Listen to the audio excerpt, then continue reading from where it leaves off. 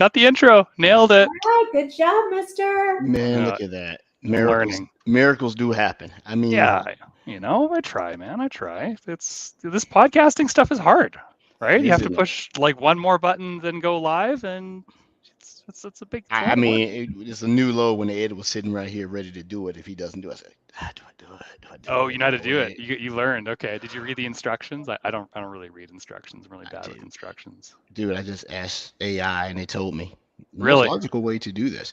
So yeah. So before we get started, welcome back. Andrea finally made it back to the shores. I'm never been so happy to be home in my entire life. Oh, If good. if I just start staring off in the distance, or if I'll just sort of nod off, just ignore me. I know y'all know I was gone. I was supposed to have a quick flight. Well, not a quick flight, but Frankfurt to Budapest, Budapest to Tampa. And it ended up being I had to go cancellations. I ended up going across the world to San Francisco and then back to Tampa. So what was like 14 hours turned into like 32 or something. So I'm still slightly delirious, but so happy to be back. Yay! Oh, welcome back. It seems to be that European travel when you have layovers and connecting flights.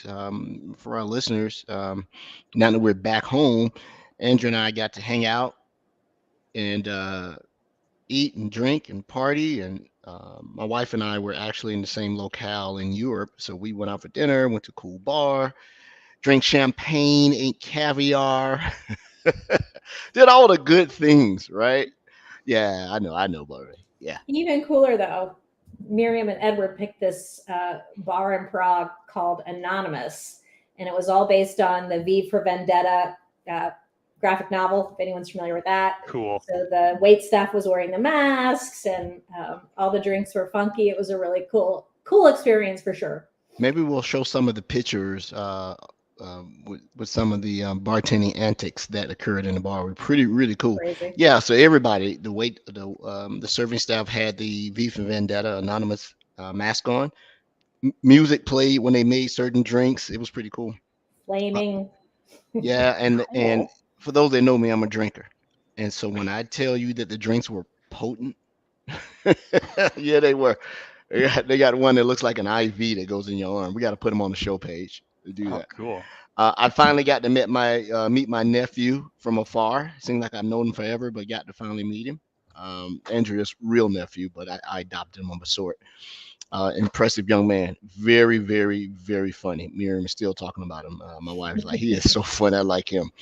But yeah, I'm glad you're back. I got back. I had a little bit of a faux pas myself, going and coming. But the most aggravating was they lost our luggage as we cut through Paris. And we told them, hey, our luggage is not on the plane. Where is it? Well, it's here in your airport. Well, how would you know that? Well, there are Apple AirTags in it. And I'm telling you, my bag is not on the plane. And you have 45 minutes before we start boarding. You can go get them. And then, the gate agent snubbed their nose and like, those things don't really work. Oh man. Okay. Oh man. Okay. I'm telling you. So every 10 minutes I would go. See, my bag is still over there. And I said, let me show you. When you bring it, you get Google and use the Delta app. You see, is that somewhere in your airport? It is. There's where our bags are. It'll be here in time. So I go up another 10 minutes. We're 20 minutes before we start general boarding. And I didn't get it. And then my mood was just really, yeah. And then we get to Atlanta, you do the baggage check. The line is around the corner, so I spent another 45 minutes to an hour in line because I only had 2 reps. So thanks, Delta. On that note, as far as being back in the office and working, lots of pricing, fourth quarter shenanigans. You pricing? Yeah. I am doing some technical stuff. I'm going to surprise Andrea and finally write one of the 50 gazillion blogs I've been promising about writing, but I'm going to do this one because this is making me do work about some very specific configurations around the Azure monitoring agent. So my expertise within this thing that I do is networking. And so it was some very interesting things: throttling, packet burst, all type of stuff, load balancing the AMA thing across. So I'm working with a product group at Microsoft. So I'll take that document, and then it's already going to be written. So it'll be easy to go to our site and say, hey, everything you didn't want to know about the Azure monitoring agent, management agent, whatever it is these days, here you go. Right. What else did I break? I learned more about Defender for X across AWS and GCP this week than I never known. Doing that stuff, right? Cool. And that's it. Some reading, some studying, and that's it. What are you studying for? You know what? I am getting ready to start the endeavor around a SANS GAC course, but I want to grab a cert, probably be the last one. And I renewed all the Microsoft ones this week. Renewal came up, so I renewed my EZ500, the SC100, and it was one more, and I knocked those out. And offline, when we can talk, I got to tell you guys something cool. Yeah. Give me all the answers. The answer's always D. I would never do that. That would void the ethics and morality of the certification thing. That's why I was challenging you to see if you were being ethical. Oh, okay. Is that what we're calling it? Yeah. And Frank told me to tell you guys hello. Talk to Frank for a good while. Oh, good. I hope Frank's doing well. Yeah, I got to get him back on the show. Hi, Noodle. Absolutely. So, Andrea, I'm not going to ask if you had any interesting work. You were probably. I saw you working today. I was trying to find for you. I was going to say, has everyone seen the May cyber signals on business email compromise? I'll put the link in the window for everybody. But it was on my list to read, but I don't have it. Yeah, we'll put that in the show notes. Thank you. I didn't get a chance to read it yet. And absolutely, only 2 pages, but 2 pages, but lots of yummy goodness in those 2 pages. So, okay. I think I saw it because maybe 4 pages, but I think it came from Vasu's desk. It came from her.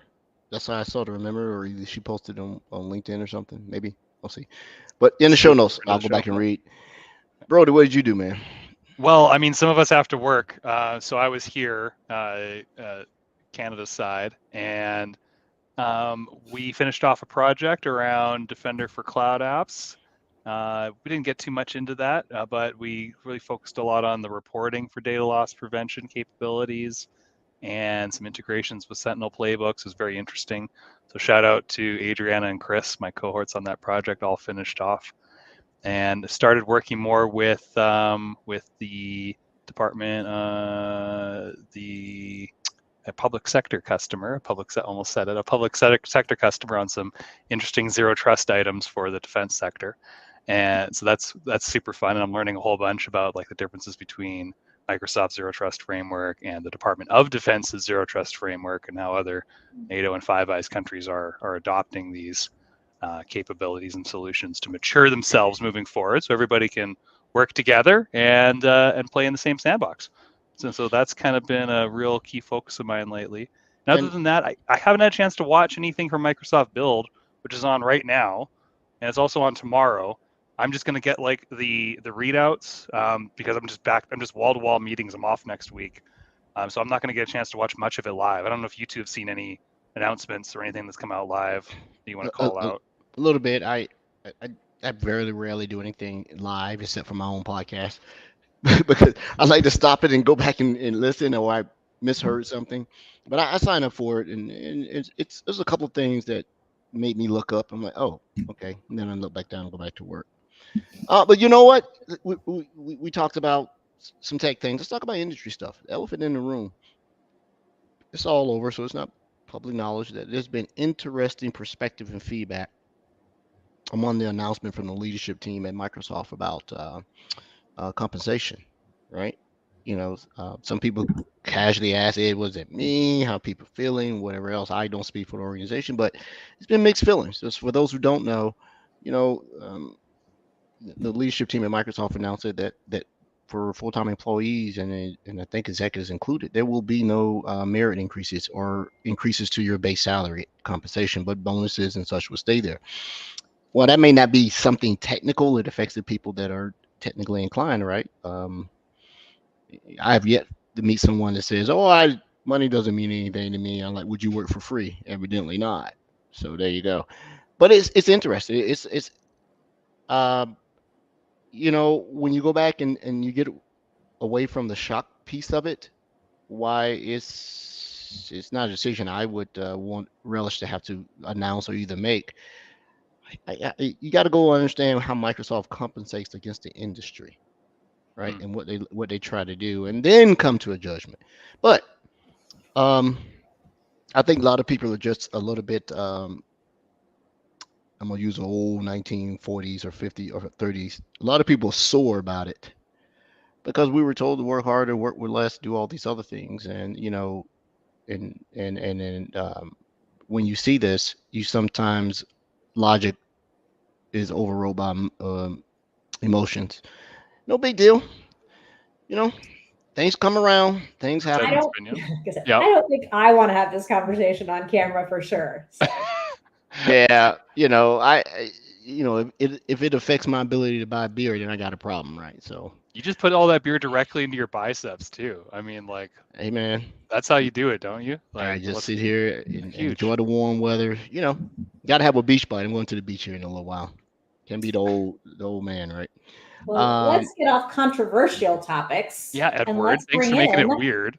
we Yeah. we yeah. we hey we had one more minute. We told 15 minutes. One last thing. Okay. We may be confusing some of our listeners. Yeah, we're at 4 o'clock. I don't know if we really made a bigger announcement that we are fluctuating between 4 p.m. Eastern Standard Time and 5 p.m. Eastern Standard Time. We're playing with time. We're trying to start this earlier to give people more time left in their day rather than doing it at 5. We'll figure out what works. So some people are confused that they are listening live at 5 and we aren't there. That's why.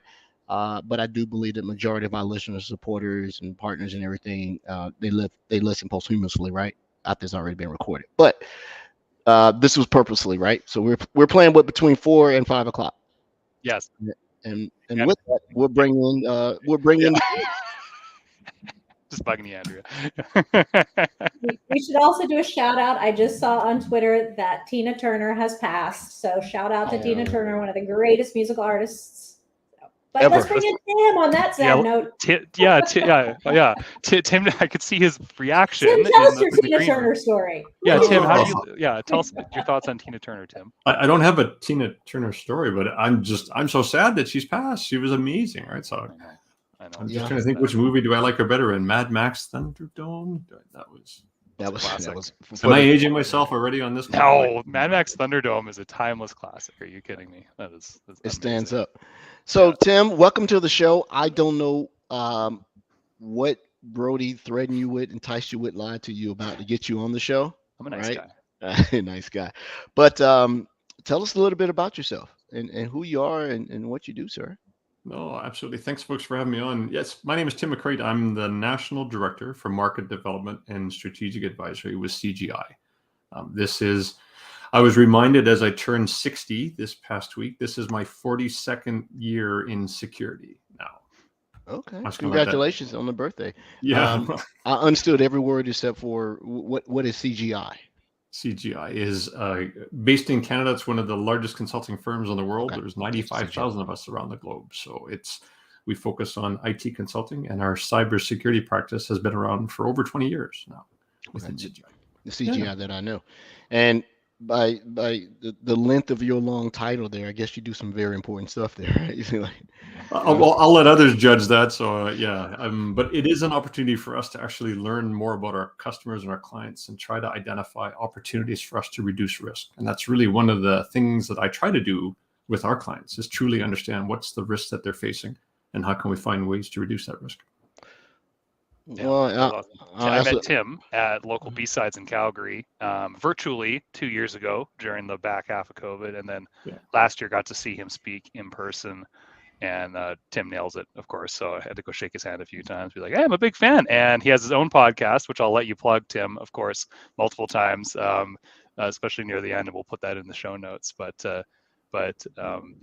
Tim's, I thought I knew Tim would be a good guest because I know we on this show talk a lot about solutions, capabilities under the Microsoft stack, more industry broad capabilities as well.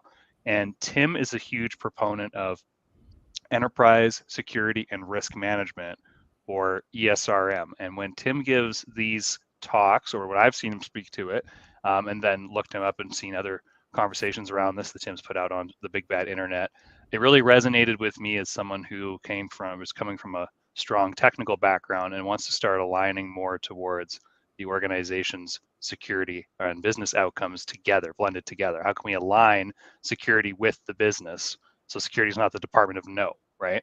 We want to make sure that we're actually, Tim, am I explaining this right? Is that ESRM in a nutshell? I'm just going to sit back now. This is good. Yeah, well, I don't want to take all. All right, so anyway, so I nailed it, right, Tim? Nailed it. That's pretty much it. Yeah, and I think that's important because I had blinders on earlier on in my career, like, oh, what's the problem? You need X. You need a capability. You need a solution. This is what you need to do. I never appreciated the business element of it. I just looked at the technology and you're like, well, why are they making this decision? That's stupid. It's more risky that way, right? But not really understanding higher up why you need to make certain risk decisions across the enterprise. And so, like Edward, in your position, you've had more maturity and more time in the space than I have. I think you have higher level conversations in your career. Andrew, you're in the same position. You understand more of the business elements or the enterprise elements. I think I'm getting there, and that's why Tim's insights and presentation I thought would be an interesting switch up on our normal show topic. So, Tim, that's why you're on. Yeah, Edward, does that make sense? Did I explain that right to you, Edward? I mean, there is no right or wrong, right? No. So, but it did allow me to generate two questions in my head, and this is directed to Tim. So you said security and risk management. They're not mutually inclusive. Oftentimes they're polar opposites, right? Because risk is something when it comes to cyber that was driven by the business. How do you define risk? And then if you defined it, is it, is it unilateral? Because risk is really processing people, and sometimes you really got to be close to the business. Security people like myself can be not in line with the business, but risk analysis say, hey, this is the risk to the disruption of the business. How do you define risk, and what is risk? Sure. Well, thanks for that, and thanks, folks, for a chance to chat about this. So I've always defined risk from a business lens and business perspective. My favorite description of risk is the first paragraph for ISO 31000. It's the effect of uncertainty on objectives. And then that way it's up to us as security professionals to identify the risks that we face within our current environments. How is that impacting the business objectives? So that's the beauty of enterprise security risk management, is it requires us as security professionals to have an understanding of the business, the goals and objectives, and what does the business need to have in place operating so that it can achieve those goals and objectives. And as a security professional, it's my job to identify what's the risks that are facing those objectives. Can I come up with a way to reduce or eliminate or remediate those risks? And then it's up to the business, though, to make the ultimate decision which risk it's going to accept or which risks it's going to help eliminate, remediate, or remove. My job then as a security professional is to make sure I'm doing the work that they ask me to do and put the controls in place that we need to reduce the risk. So it's a balance. And that was the toughest thing for me to figure out in my career. Was I came from the Department of No. Right? I remember walking to meetings telling, no, you can't do this. No, that's against our protocols. It's against our requirements. No, you're not going to be able to do this. And that was terrific for the hour I was in the meeting.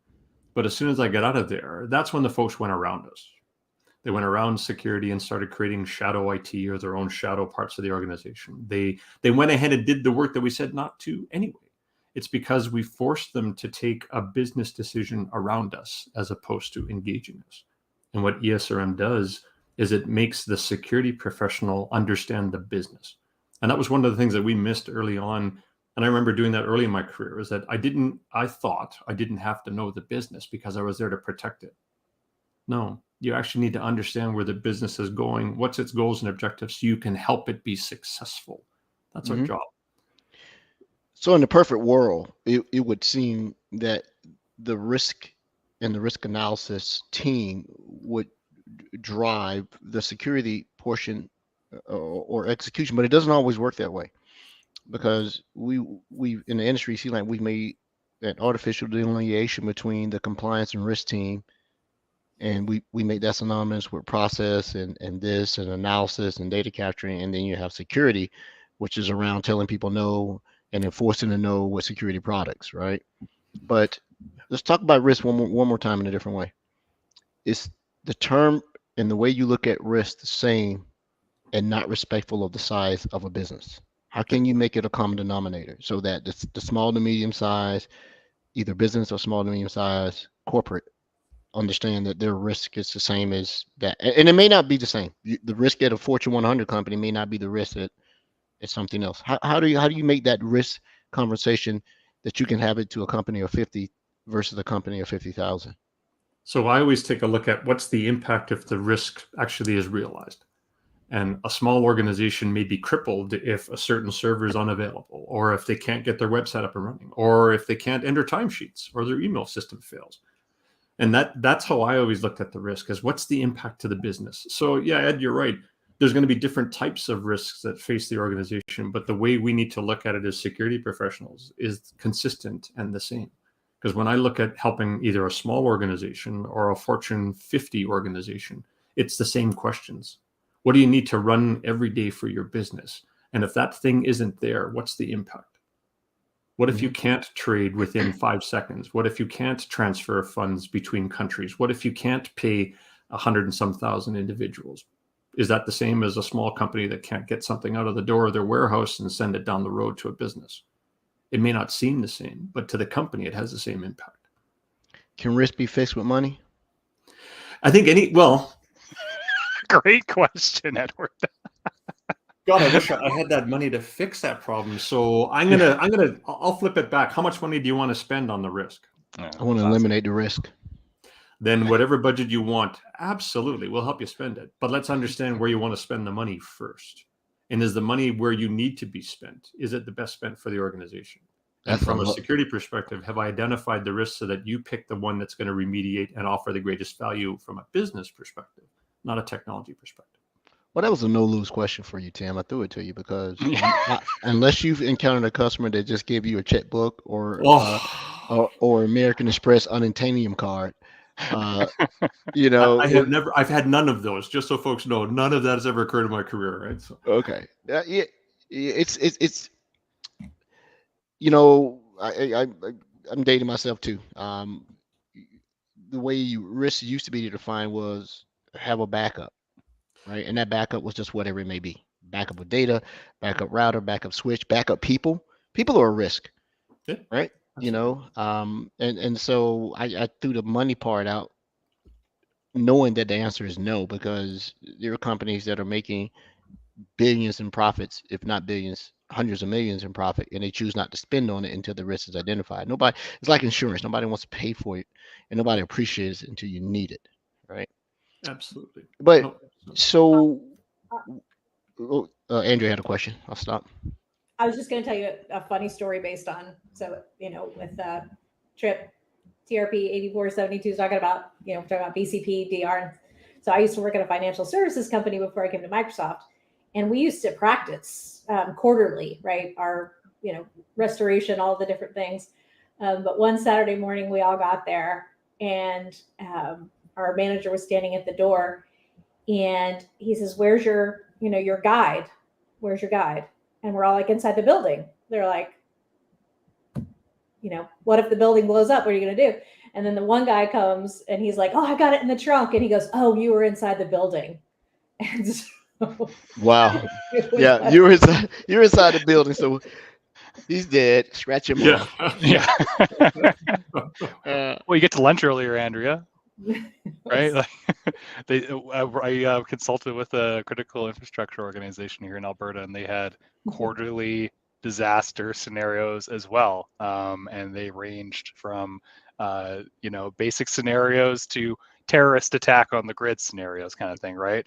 And it's when you start getting it to be a part of those exercises, those tabletop exercises, I mean, your eyes just light up with possibility. Like, we need to account for everything, right? Like, I mean, that's just, Tim, you've worked in a number of different industry verticals? Does that become a daunting task after a while? Do you find patterns and commonalities that you can apply across those different industry verticals?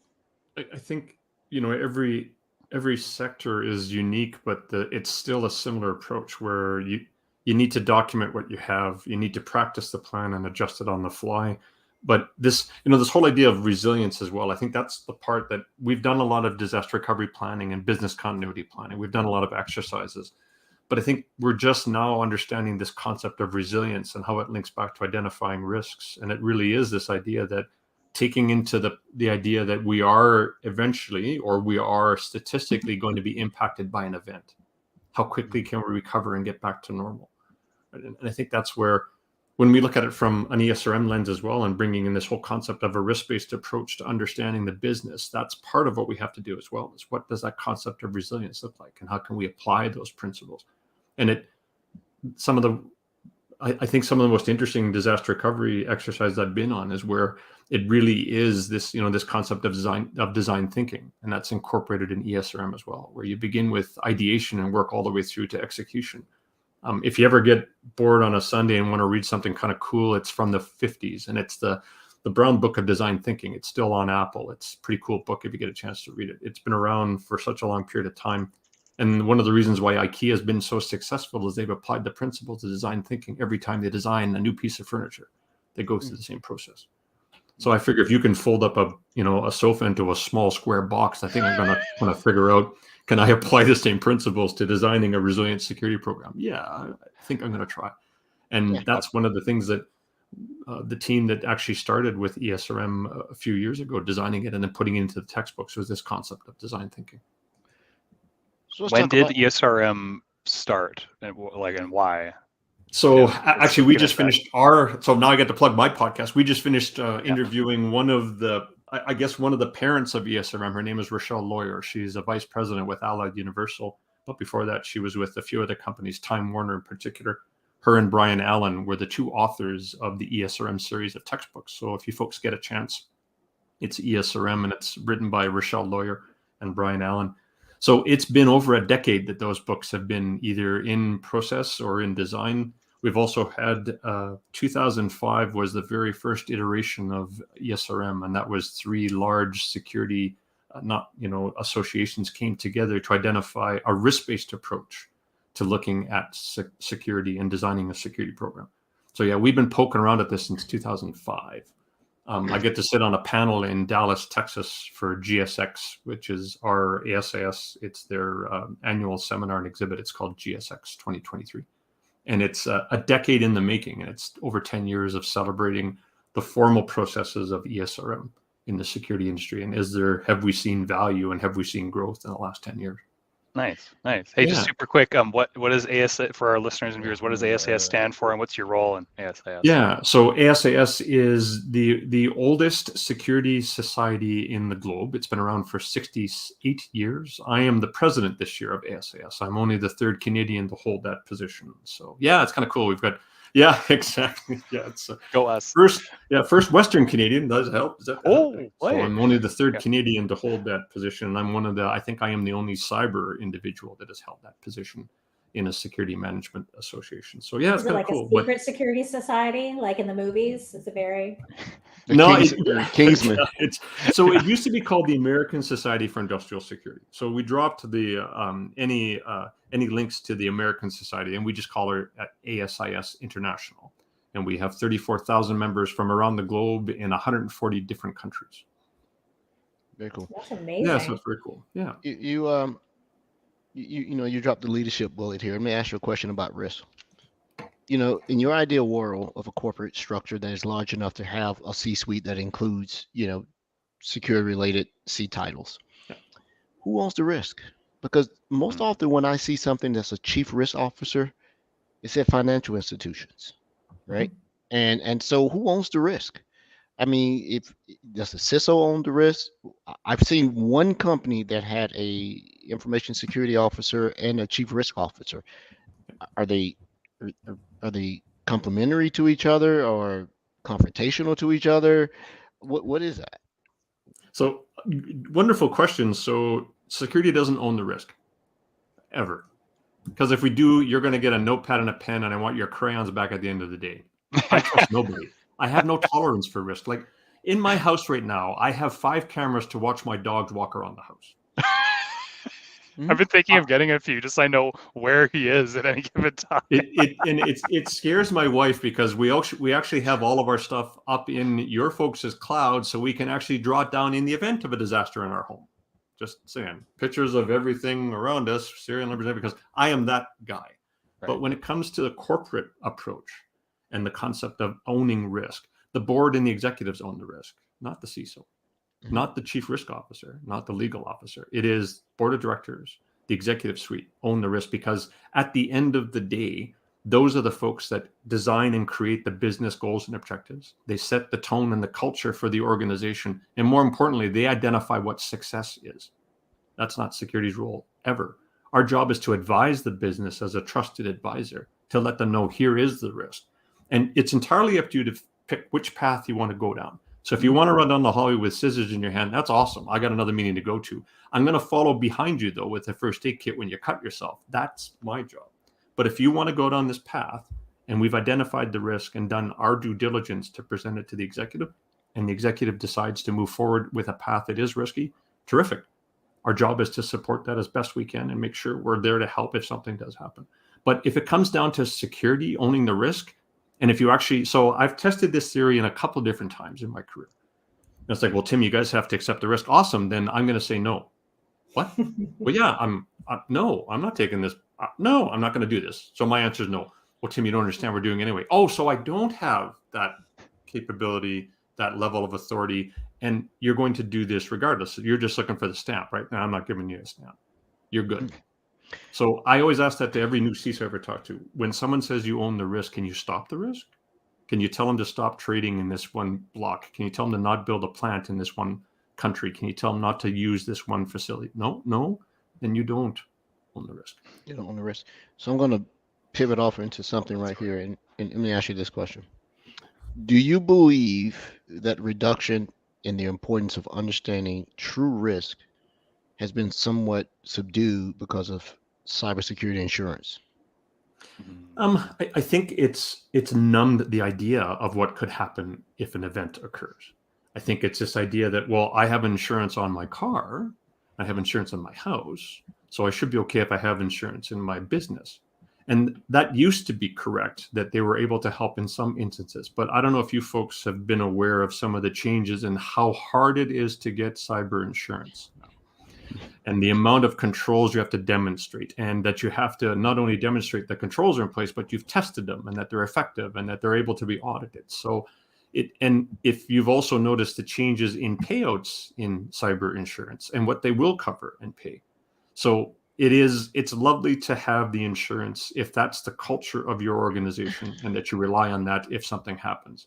But it isn't a panacea, and it should never be the only thing you have in place to reduce the risks facing your organization. And I've we often only hear about cybersecurity being executed when the breach is such that it can make the public notice, right? Yeah, exactly. At Equifax and all these other places, right? Yeah. But let me ask you this here: what risk? How do you create your own internal in your head, and how do you take it to someone that you need to listen when they may have? Is it easier when they have regulatory frameworks that they have to map to, GDPR, PCI, but even those are not consistent. If you look at NIST, which is more around controls, right? I don't really think that's a risk mediation thing. It's just about security controls.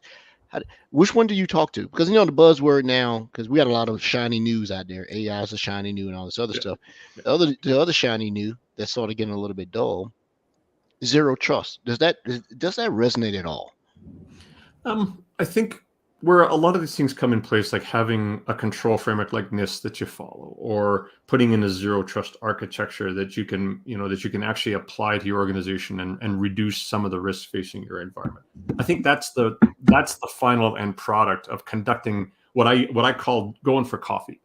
So for most of my career, I made sure I spent a lot of time getting out of this security office and go talk to my partners across the business. So one of the things I've done throughout my career is, so Brody will get this, I'm not sure if others will, I'll load up my Tim Hortons coffee card and I'm going to go take folks out for coffee.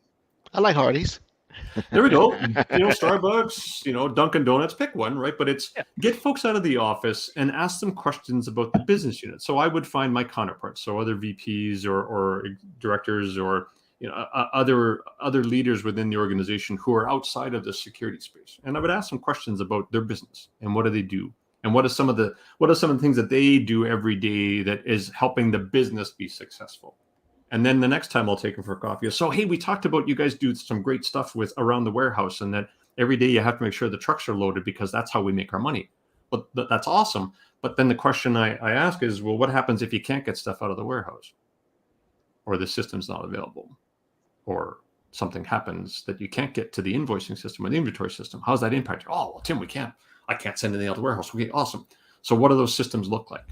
So then I dig a little deeper and ask, what are the systems you need to have in place? So I'll do that for virtually every department I talk to, so that my understanding of the business is based on what they need to be successful. And that's when I can start helping them understand, here's the risk, and are you okay with that? Because if it's not okay, then I have a control framework like NIST.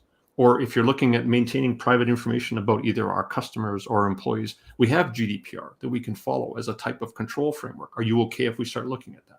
So that's where you can start bringing in, just to your point, Ed, I can start bringing in those control frameworks and those requirements from a legislative perspective to show them there's a path to help reduce that risk.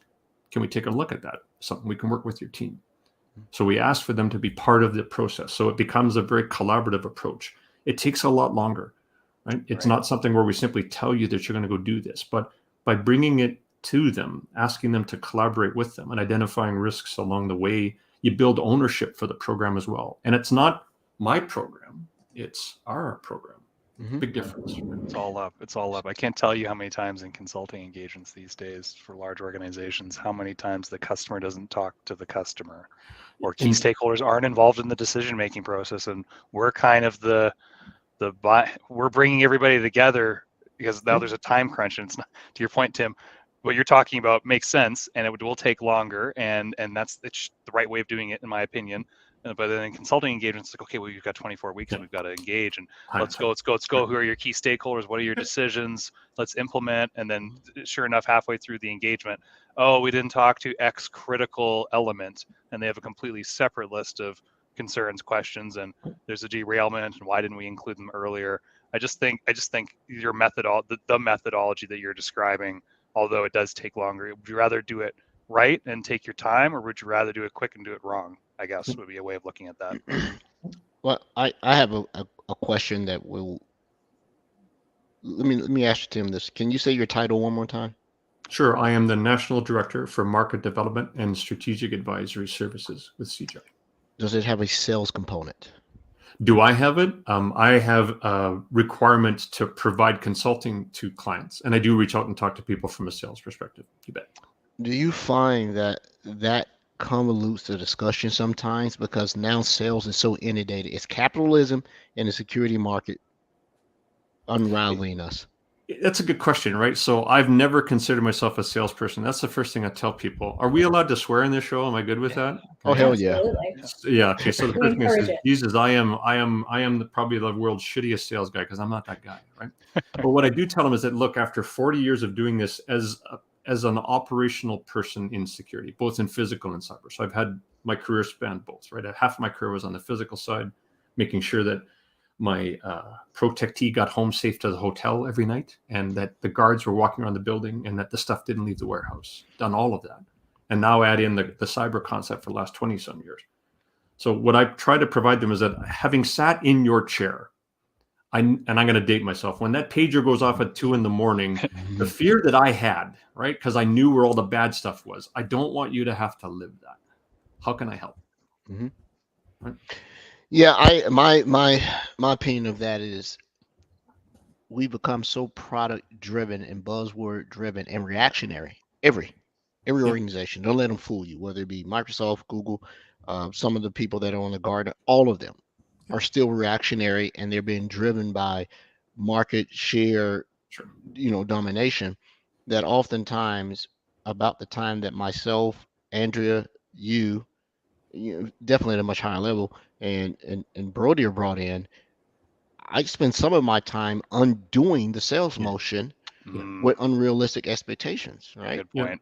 And so now we're designing by budget rather than designing by risk or acceptable risk, right? And that I used to have hair and I pull it all out, right? mine was blonde, and no, it's great, right? So, It's very great. And so if you had one thing, Very great. it's great. Yeah. If you had one thing, but and the reason I believe that your job is hard, I can firmly say that I am fully embedded in the security in analytics side of whatever the cyber thing we call. Andrea is too, I believe, right? So if you had one thing to do, how do you? Risk seems so abstract. You can't touch it.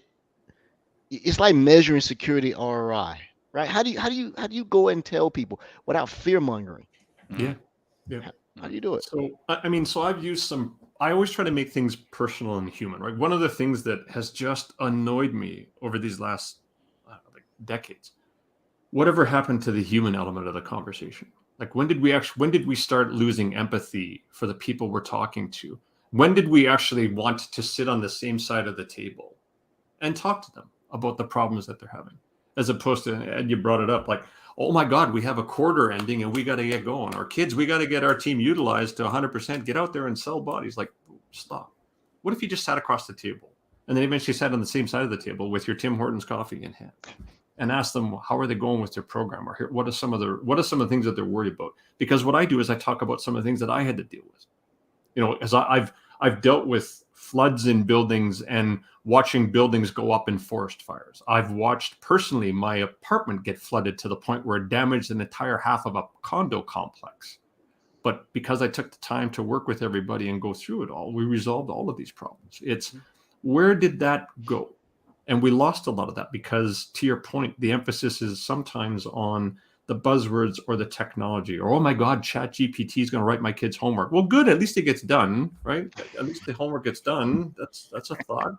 But what happened to dealing with the human on that side of the table and trying to understand where are they in their current space? Like, when did we stop doing homework on our clients and the people we want to talk to? Like, how many people actually spend the time to read the strategic plan, the 5-year plan? Who's actually the leadership? What's their thoughts? What's their goals? What's their fears? Where are they growing with their business? Where do they want to be in 5 years as an organization? And what do they need to have in place strategically to hit their goals and objectives? And then as a security professional, how can I help you get there? Yeah, I'm struggling with that. I'm struggling because I come from that old school where you sit down and the customer understands, if I go down in flames, you go down in flames. If I'm up at 2, you're up at 2.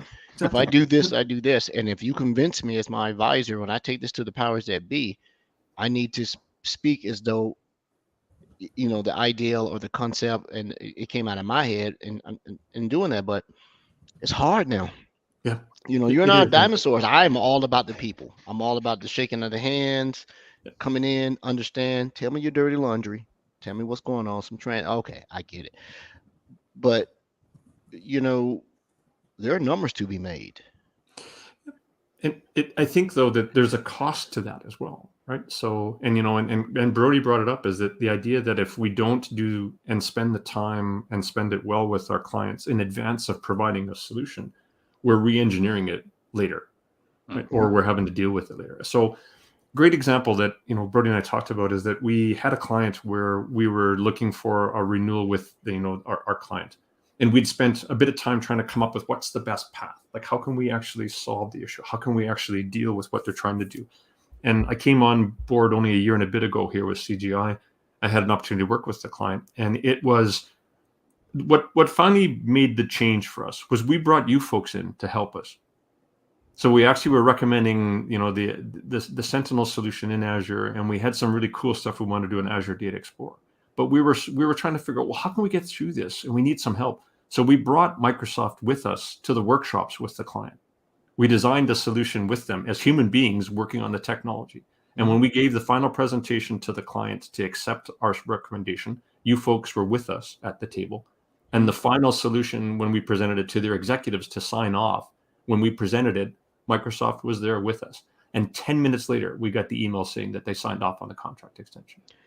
Andrea made one of the best analogies about sometimes the way Microsoft approaches stuff that kills us versus how some of our competitors do. I can't say it here; it'll get me canceled for the right people.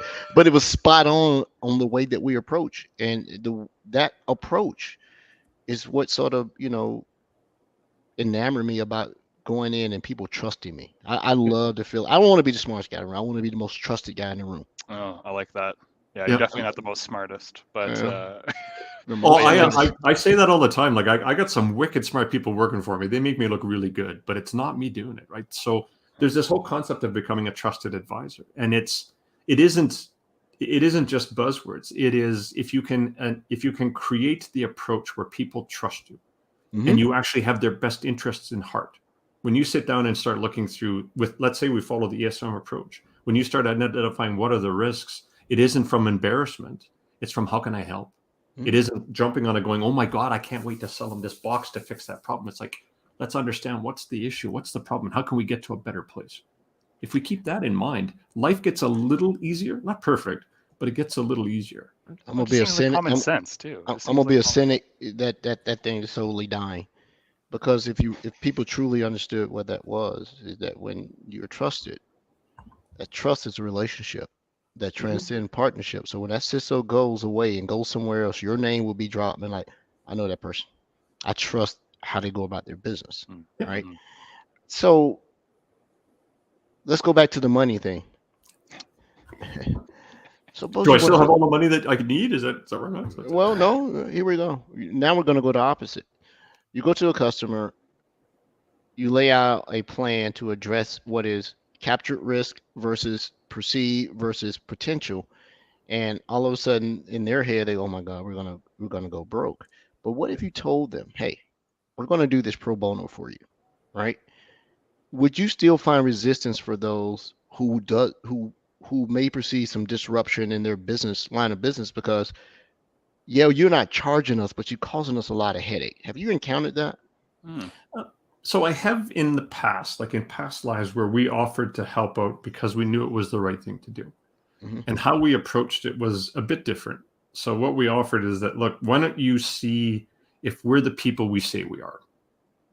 And let's offer you our service from the people who are sitting at this table to see if we can help you with your team. And at the end of it, if you think that we are trustworthy, and if you think that we have identified risks that you may not have in the past, or you did and you didn't know what to do with it, and if we can earn your trust, can we also earn your business? I think that led to the proliferation of services that quickly the salespeople got a hold of it. And nothing against salespeople. Let Jordan tell it. I'm a salesperson. He said he's seen some of my presentations. I'm absolutely a salesperson. But when I understand it, and I totally love the way that you see it and approach it, and I believe a lot of other people do it. But how, once again, it's abstract. Because what is risk as a budget? How can I measure it from a monetary standpoint to come in? Because the only thing we understand is pain. It seems to be the only thing we understand is pain. So how can you get people to understand potential loss versus what they're spending in advance and measure that you can't say, here's a joke.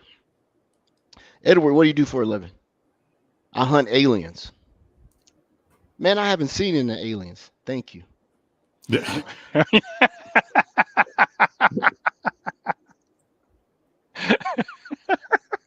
Right? So when you say I keep hackers out, well, we haven't been hacked. Thank you. So how do you? Right. Because somebody's counting beans, Tim. I ain't gonna lie to you. Somebody's got to count the beans, and I suspect that you are not cheap.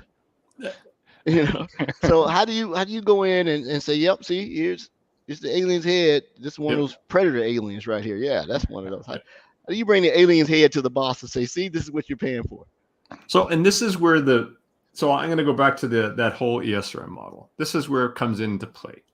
is you're right. Those conversations like, well, Tim, we've never been breached before. And what I've said in the past lies was something similar to that. And that, that normally gets me chatted with the boss shortly thereafter. But as I got older and probably just a little bit smarter, one of the things that I've always responded to is that I guess how you want to look at the risk and how you want to deal with risks that we've helped identify with you, it's entirely up to you. Because the only skin in the game we have is your skin, your game. And if, let's just say, let's go back to that warehouse example where the only way my division makes money is getting stuff out of the warehouse. Are you okay if the warehouse doors don't work for 4 hours? Or the trucks can't park for a day? Maybe for a day. How about a week? How about a month? What do you want to do with your crew for that month? And I'm okay with you say they're all going to go skateboard. That's awesome. If they're going to get paid, that's awesome. But let's go through the business of what this is going to cost your operations. That's why the time I spend understanding the business is also to understand what do they need to do to be successful. You need to get stuff out the door. If that door's closed, you're not getting stuff out the door. Okay. But there's knockoff effects too. I'm going to pay for it to sit there. I'm going to pay for staff not working. I'm going to pay for things not moving out the door. Okay. That's where you can come up with the estimates. That's where you can come up with the impact level to really help. So I actually ask folks, and sometimes I'll actually ask them, so from a day-to-day perspective, what would it cost if your systems aren't running today? Just out of curiosity. Like what's a day in the life worth you and your team if you're unable to do your job today? And can you afford that for a day? That's great, because some organizations cannot. Can you afford it for a week? How about a month? How about 6 months? How about the time it hits the news? And I go back to some of the bigger ones that we've seen this past little while. Colonial Pipeline was a really good example. So your program and your systems weren't working. Did it impact any? Oh, that's right. It kind of did. You couldn't get gas. What was that impact to others who require your services for them to be successful, to drive their trucks, to drive their cars? So that knockoff effect isn't just you now. You're supplying a service that's considered essential to others. What now? What happens if your hospital gets hit with ransomware and you got to go to paper? Right? And I think this podcast does more than just introduce CGI, your role, who you are, and your talents and experience. It should also be, AKA, this is why AI is not going to displace us. It can't consult. It gives you a series of conversations devoid of emotion, because if that happens, it's never measured. But the CISO or the CIO or somebody goes, "Oh crap! Yep, I'm about to lose my job." Yep. I agree. My people. So do you know what artificial intelligence and what some of the amazing technology we have in place, what it's going to do is help make our jobs easier by getting things faster. Yes. Right? So one of the things that mediocre tasks or exactly, and tasks, it takes away some of the mundane. And what I found was, and again, this is from the podcast Doug Leese and I, where our podcast is Caffeinated Risk, and we talk about the concept of risk in business and how we've matured this last 10 years or so. So Doug and I were interviewing Rochelle Lawyer, and it's ready to go tomorrow is our podcast date for Thursday. But in the podcast, one of the things Rochelle talked about is that artificial intelligence and engines like that won't replace the human at the far end of the equation, because you're still going to need a person sitting across from a person asking questions about the business. What AI will do and other tools like that will do is be able to collect information for us far faster, far more efficiently. It will take it seconds and minutes, as opposed to for me to do, let's say, a physical security assessment of a building. That's going to take me weeks. Right? I'm going to need pictures. I'm going to need to know what's the crime stats, how close is it to a fire hydrant, what's the path for weather, is it in a floodplain, is it in a tornado district? That can be found by artificial intelligence in seconds, which frees me up to ask some more meaningful questions and do work that isn't considered preliminary or prep work. So I see the value that we're going to be able to bring in the technology and what it brings to us. We'll be able to use it. But yeah, Ed, to your point, it's not going to sit and have a chat with the CEO talking about, hey, just so you know, if you 3 more days of the warehouse down, you guys aren't making your quarter this year, as long as you're good with that. You're right? looking at it. You're looking at morale. The TV and movie execs sure seem to think that AI can replace writers. So who knows? Right. So it won't. Andrew, you read my mind. I was about to say the same thing. It won't, because AI doesn't have the nuances that make us us. Yeah. It doesn't know how to lie yet, and giving you a wrong answer is not a lie. right? It doesn't Depends know on how the to say it, models. Depends on right? the knowledge it's drawing from. It, Yeah, it, but why is it there always we so go. confrontational, right? Why does it have to be? It's going to replace. Why can't it just be augment? well, I always find the framing of the conversation is always yeah, very Yeah. sensationalized, right? Like, I'm yeah. I'm not a technology, uh, obstructionist. I'm not against it. I believe it has, but I'm listening to the way that it's being described, and I'm finding that even with yourself, Tim, um, we are being slowly and seriously affected by the sales conversation in our ears that sometimes makes us listen more to what it really can do. Speed. I heard you say Mhm. speed. Yeah, Yeah. we know that computers are just chess. They do. But what I keyed on in that comment was mundane task. Let's take AI in the frame of self-driving cars because we know that's what it is, right? You got to have that. Driving to me is not mundane. I was almost in 2 car accidents. I was in a car accident here in the last 3 days, and I almost crashed to death. So I love the thought of it, but people talking absolutisms about speed does it faster, mediocre tasks.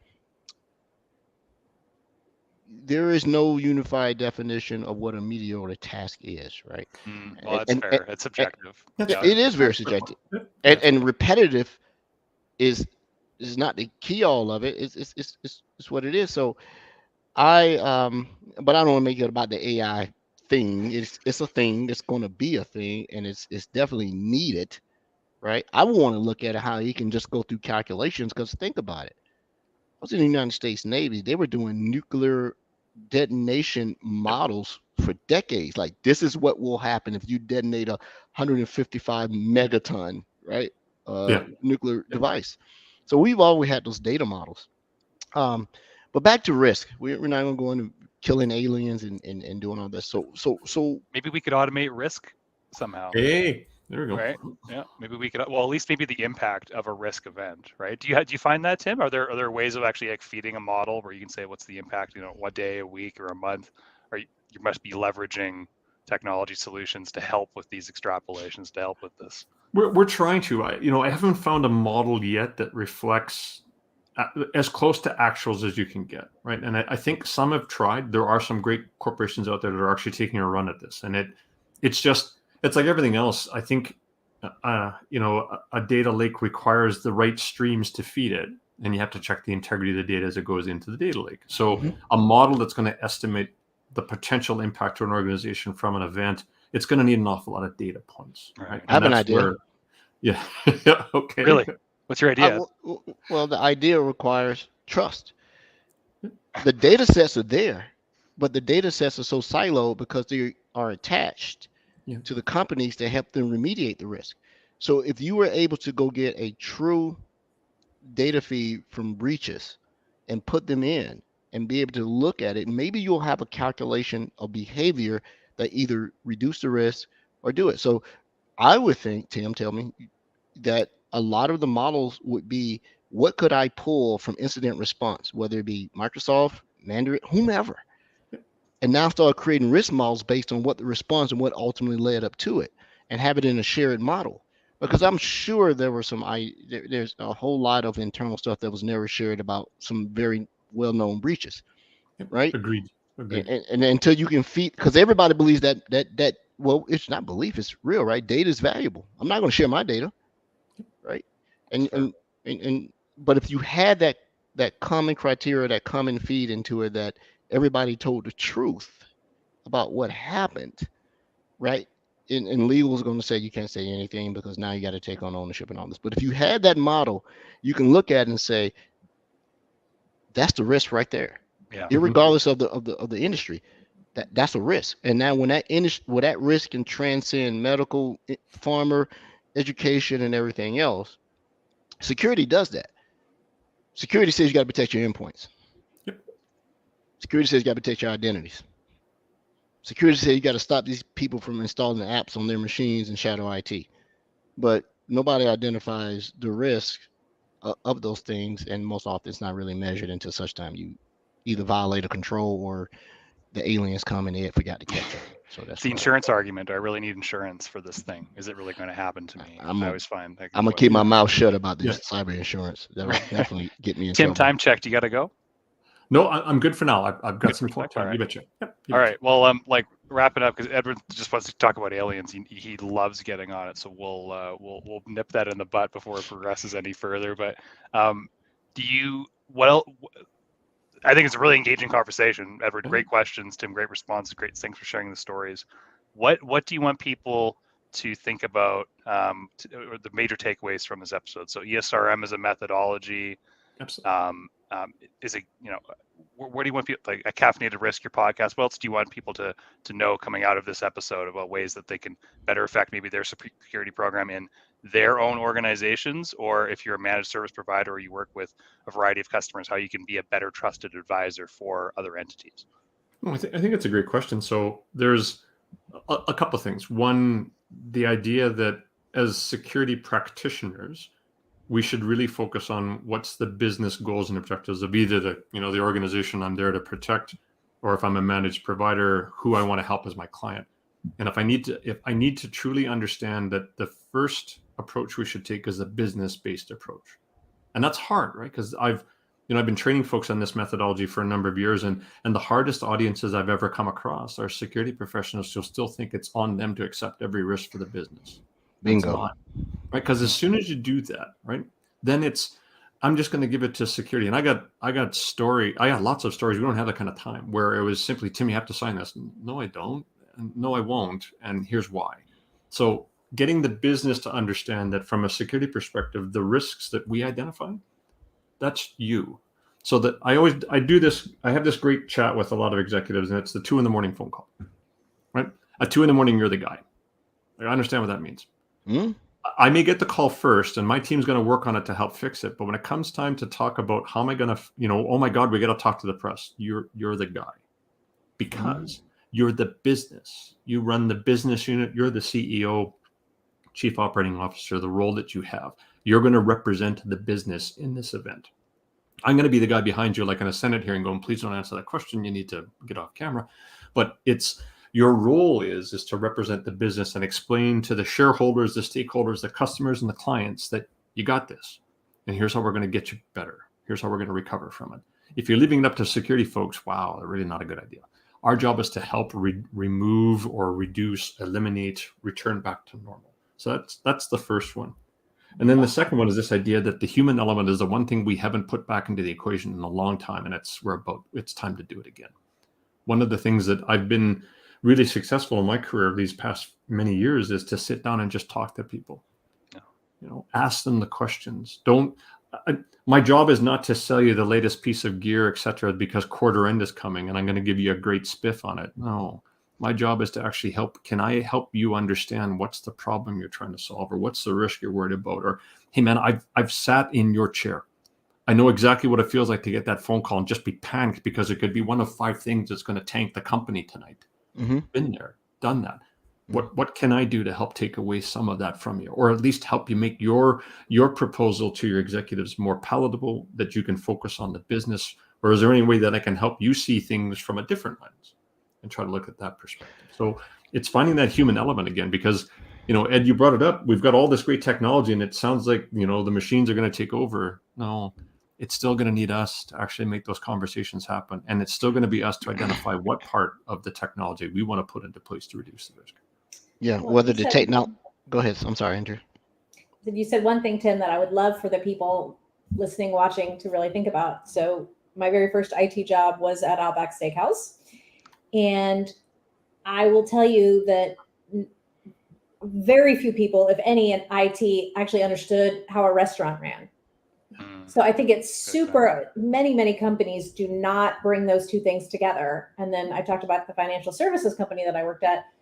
The financial advisors were in Tower 1, we were in Tower 4, and we were not even allowed to enter Tower 1. So super difficult to know what it is the business needs when you're not either, if you're not allowed to go into the restaurant and see how it works, where you're not allowed to talk to the financial advisors. So for the people listening, if you do have that kind of siloed environment, this is a great time to try and break those down. I mean, I as a IT person could talk about what was needed, how to build a server, but I don't know necessarily what does a waitress or a waiter or a cook need IT wise. So breaking down those barriers. Yeah, No, That's and a great point. it's great. Great point. Because one of the things that I did in a previous role as a CISO, I was new to the role, and it took me a year, right? But I actually wandered around and got to as many people as I could in that 1 year and talked to them. But I also, all the directors that reported to me, the first thing I made them do was to read the strategic plans for all of the departments across the company. And they're like, boss, are you kidding me? I said, no, I'm actually serious. So there's like 23 different divisions in this organization, and there were anywhere from 50 to 100 and some odd pages. They said, go find their strat plans, read them all. You got till Monday. So they took off on the weekend and spent their time reading it. But there was a reason why I did it other than to ruin their weekend. It's like, look, when you now are representing the security department and you're sitting in front of one of these executives and they come up with something like, oh, yeah, we're going to launch this website. It's going to go up on Friday. We just need you guys to take a look at it. Whoa, wait a second. Is that part of the strategic plan? Because I didn't see it when I read your plan. Is it supporting one of your business goals or objectives? Because I'm trying to see the link between what you're launching and what you're trying to achieve. And more importantly, did you actually go through change management prior to the PMO office to light this thing up? Because we didn't see it. Oh, no, you don't understand. This is a good friend of ours, and they were just doing some work for us inside. So that's a skunk works, is what you're telling us. So you're on your own, sir, and understand at 2 a.m, you're the guy. So that killed about 65% of the noise that we dealt with every year just by following that approach of, hey, wait a second, I actually read your plan, but I didn't see this in there. We're here to help, just not sure how this is panning out. And it really forced people to look at things from a business lens, because as soon as they called us, we went back to the plan and went, can I just double check to make sure that that's actually in your plan for this year? Just curious, right? Love that. So you're engaged with a customer and we're up against it. I'd like to ask, at least my last question is, I don't know what the engagement model is, that from the time that you pursue a customer to the time that you get in front of them to the time that you have an agreement to go in and do some work for them. But you got 7. What are the right 7 people to have in the room at the initial conversation? Because oftentimes I'm finding the wrong people are in the room. Right? And we always holler about decision makers. Decision makers make bad decisions, right? We always assume that they're in the room and they make perfect decisions. They make bad decisions. Who are the right people to have it in the room, irregardless? It goes what to Andrea said. How can you really have Representation? I don't want to minimize what is really a thing in the world. There seems to be a lack of D&I inside how we go approach things. Right? There's a lack of inclusion in the way we go about our business as a thing. How do you get the right people in the room? Because I'm finding that when they know they have someone who's going to ask the hard question, that person doesn't get invited to the room. And that's fair, right? So I'm allowed 7, right? So 7. Me, I would. So let's, I'm now with this mythical unicorn consulting group. There we go. So we'll call it unicorn. So it would be me and 6 people from the client side. Okay. And the 6 would include whoever, the first pass, if I was trying to actually establish some trust and rapport and understand the problem, give me 2 people who actually are dealing with this problem every day at an operational level. Mm-hmm. Give me 2 people who support this at an operational level. Mm-hmm. And give me 2 people at an administrative or leadership level who have to make decisions at that level. That's it. Let's start with that. Love it. No title. And I'll give you one more. I'm not gonna count the coach as one of the 7 people. So you get one more. Give me one more. And I want all of them to have different perspectives. I hope they don't agree on the best way to solve the problem. I hope that they don't look at this and all have the exact same approach of, we just need to buy box A. No, let's actually have an interesting conversation. And it isn't just going to be a meeting. Get to the whiteboard. Here's a marker. Walk me through it. Love it. Right? And then let's get some more coffee and let's keep moving forward on the whiteboard to figure out, where do you really need to be and what happens if this thing you're worried about does happen tomorrow morning at 2 a.m. What's the plan? Let's call your group. Yeah. All sounds so simple when Tim explains it. Exercise this mythical cyber insurance thing people talk about. But well, sir, thank you so much. I don't have any more questions to my esteemed co-host. Anybody? I like these advisory and these consultative conversations, because you know, we're hitting the gamut. Sometimes we're technical, not as much, but we're going to get back there. We've had a lot of partners that come in and talk about how great they are. We've had some really good technical guests that if you talk about how this thing works, they're really good at it. But if you talk about how this thing works with that, they go, well, you know, okay, you can go with that. So I love the advisory thing. You know, it blunts the hurt that I felt when, you know, Brody said I was the salesperson, you know, I'm not technical anymore and all that, I right? said that first for the I'm record. a consultant, Yeah. right? Well, and Edward, I believe you want to be a trusted advisor in any situation you're dropped into. I think we all should be, right, and strive to be that. I think that's where ESRM, the methodology, and like just the examples that Tim brought to the table today helps achieve that. Yeah. Not a perfectionist, but I'm gonna get in and I'm gonna consult. I will be the bane of your sales team if you believe I'm here to hit a deadline. You don't direct me. I'm telling you what's right for the customer. We're gonna do it this way. And buy Otherwise- coffee, buy a coffee card, buy a Buy coffee. Starbucks card, get a Timmy's card. Yeah, absolutely, Tim. Yeah, Buy some another coffee. major takeaway. But Tim, Thank you. so much. Thank you for coming. What a great yeah, this conversation. is really good. I mean, it made people think. People are trying to not think anymore. What the hell is that going on with that? Right? It's summertime, but yeah, I feel you. Yeah, it was an Yeah. engaging conversation. Thanks for Yeah. being generous with your time, comma, Tim. I won't lie and say if I'm in your area of the world, I'll come have a beer with you, Tim, because I won't be in your area of the world. Well, won't even come next visit time I'm me. in yours, I'll let you know. Right? So, Come on There you down. go. Yeah. Tim, I don't know if you just saw, we had a great quick question from our good friend TRP 8472. Any particular learning path or cert path that you would recommend? Oh wow! Yes, Other than 42 years of hard knocks, sure.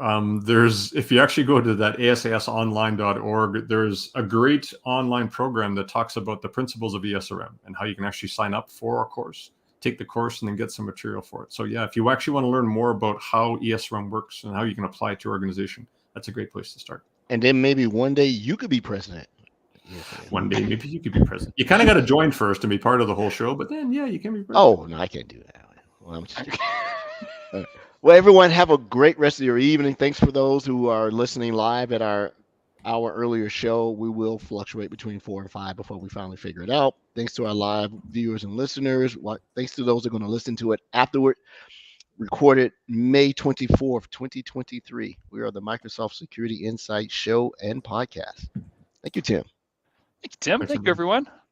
Yay! Ending broadcast in 3, 2, 1. TRP, I'll send that to you. Bye-bye.